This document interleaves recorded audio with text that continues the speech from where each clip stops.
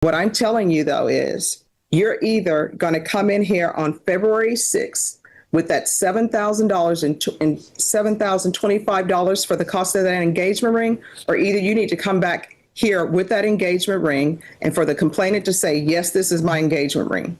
Court is calling 2025 CR 004-569 State versus Jennifer Chambers. Can I have parties announced?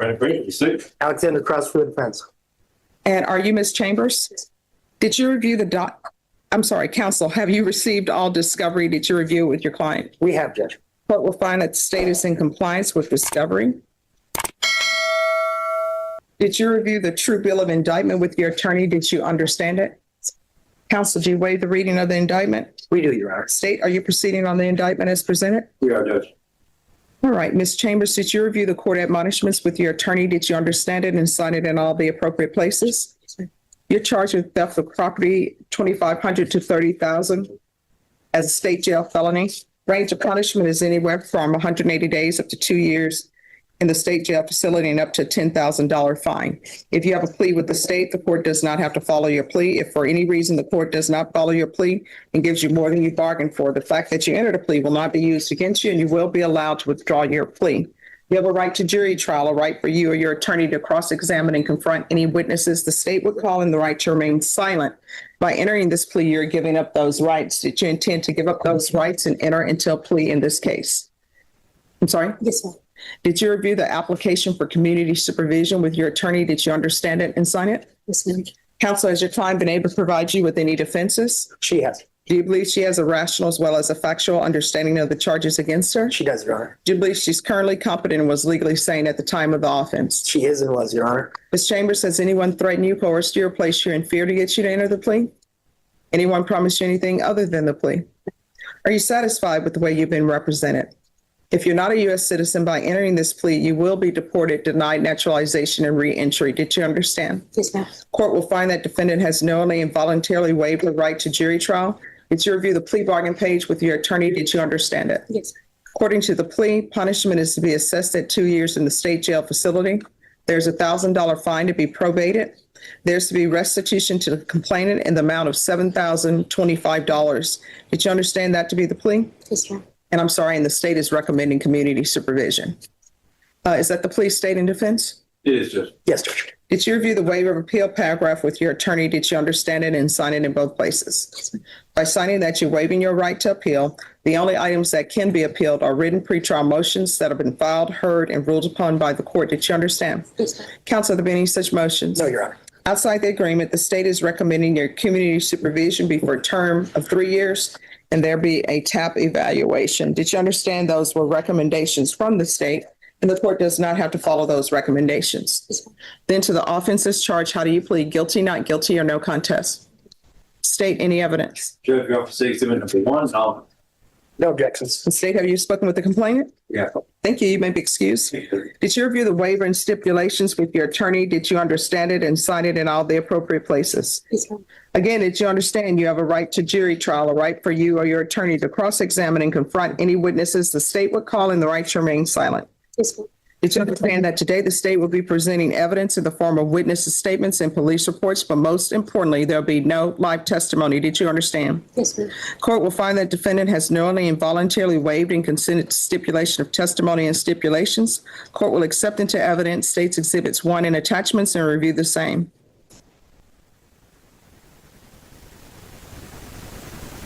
After reviewing states exhibits 1 and attachments, the court will find there is sufficient evidence to find you guilty and the court will find you guilty. All right, where's her engagement ring?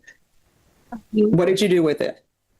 I had to get to a friend, and You need to go get that ring back from that friend.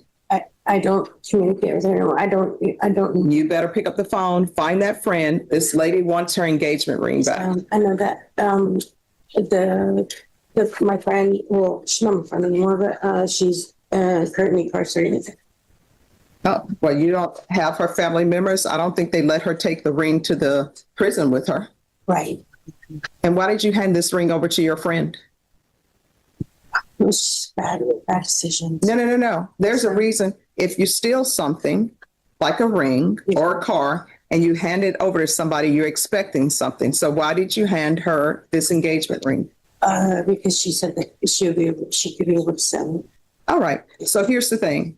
I'm not going to sentence you yet. You're going to come in here on the day of sentencing with $7,025 because that's how much the appraisal is for that ring. And that's what you agreed to, the amount that you owe. And I'm giving you 60 days to come up with that amount. Is there anything else? No, Your Honor. All right, Ms. Ferguson, I need a 60-day reset. And you need to come in. State, is this by cashier's check or money order? It would be a money order. All right. 60 days? April 6th. All right, April 6th. Your Honor, I don't think she's going to be able to get that amount of money in that amount of time. April 6th, $7,025. She can either bring that or she can bring that person's engagement ring back. I think they probably prefer the engagement ring. Your Honor, would we be able to withdraw the plea at that date? She needs to come in with that amount. But it's because we agreed to have the 3 years be the amount of time for her to get the money. No. I think we'd have to request a withdraw the plea. That was part of our agreement. Mhm. All right. So state they want to withdraw their motion. Will you all be ready for jury trial on this tomorrow? Tomorrow. Yes.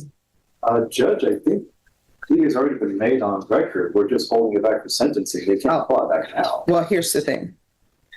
I don't have to accept any plea bargain agreements that have been reached. What I'm telling you, though, is you're either going to come in here on February 6th with that $7,000 and $7,025 for the cost of that engagement ring, or either you need to come back here with that engagement ring and for the complainant to say, yes, this is my engagement ring. So, April 6th. And if you don't have that and you want to, I'll consider not accepting your plea and we will be going to jury on that day. All right. Thank you, Your Honor. All right. All right. Stevie Stokes. Right, Judge. Good morning. Good morning. That's all I have.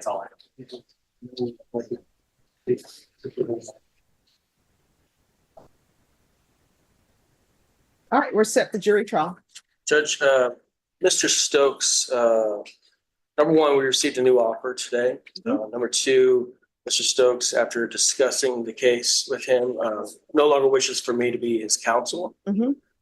So I can file a written motion to withdraw, but I'm orally asking the All court. right, we can go on the record. Court is calling 2023 CR 7159 State of Texas versus Stevie Stokes. Can I have parties announced for the record for the state, for the defense? Kelly Biddle. And are you Mr. Stokes?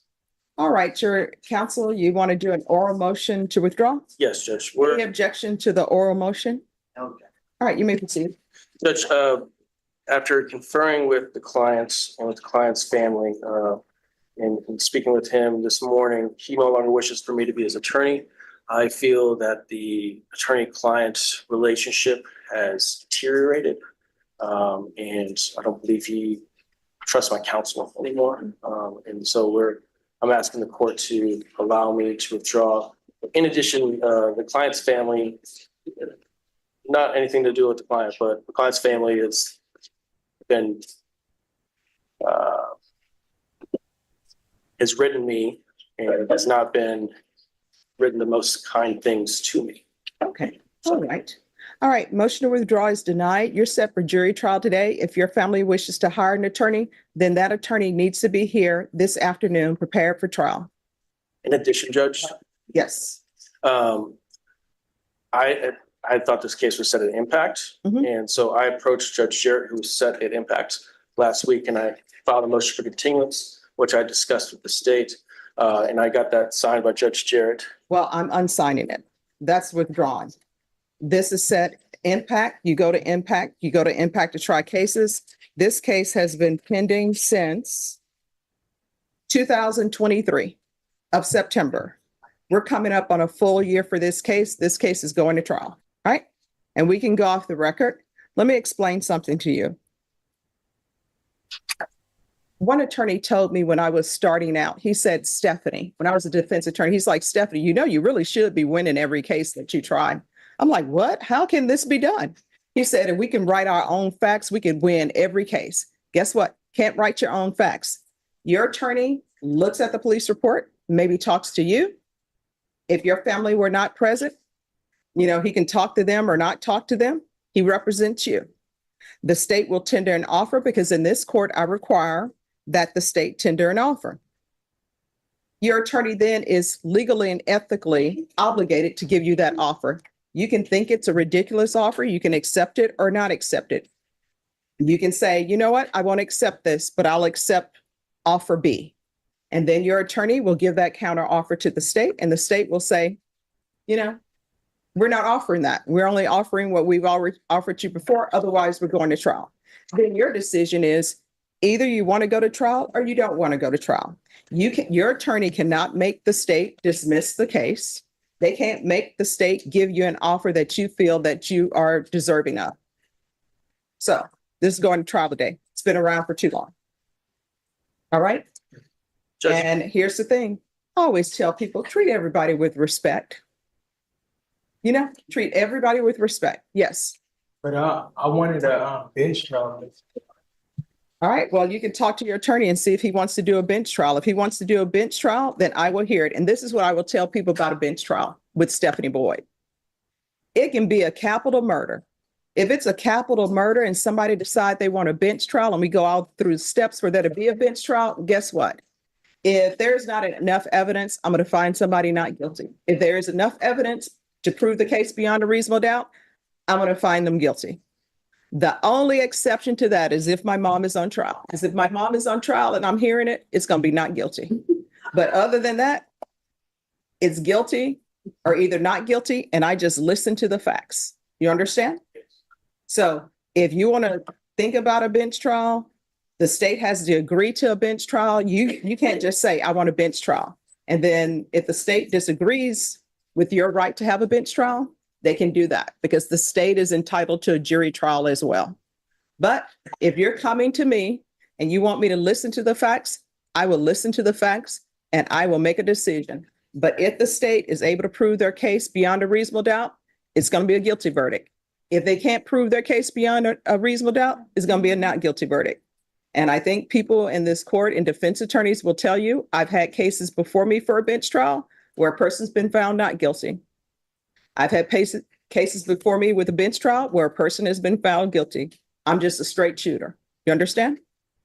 All right. Judge, I need to re-urge my motion for continuance. We're missing a witness that is essential to the defense for purposes of this case because it's a baby death.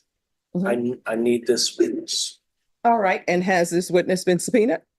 They're not subpoenaed because it's an expert witness, Judge. My expert witness is not available. Oh, he can zoom in. Yeah. Your expert witness can zoom in.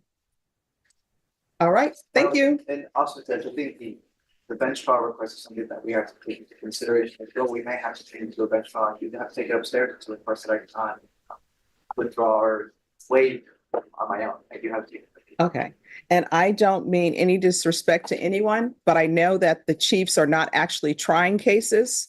They're letting you all try cases. So I'm sure somebody will be able to pick up the phone and call the chief or whoever it is you need to go to. Yes. To see if a bench trial is possible. Yes. This is just new to me. This All is right. the first time it was done. All right. Thank you. Everybody step back.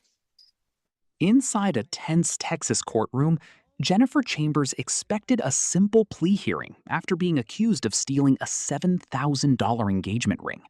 The deal appeared straightforward: probation, restitution, and a chance to avoid serious jail time. But Judge Stephanie Boyd quickly realized the case was far more suspicious than it first appeared. Everything changed when the judge asked one direct question: where is the engagement ring? Jennifer admitted she had handed the ring to a friend who was now incarcerated. The courtroom instantly grew tense as Judge Boyd challenged the explanation, refusing to believe someone would give away stolen jewelry without expecting something in return. Jennifer struggled to defend herself while the judge dismantled every excuse she offered. Instead of immediately sentencing her, Judge Boyd shocked everyone by rejecting the easy resolution. She gave Jennifer 60 days to either return the stolen engagement ring or come back with $7,025 in restitution. If she failed, the judge warned the plea agreement could disappear completely, sending the case straight to a jury trial. The hearing became more than a theft case. It became a powerful lesson about accountability, consequences, and the moment excuses finally stop working forever.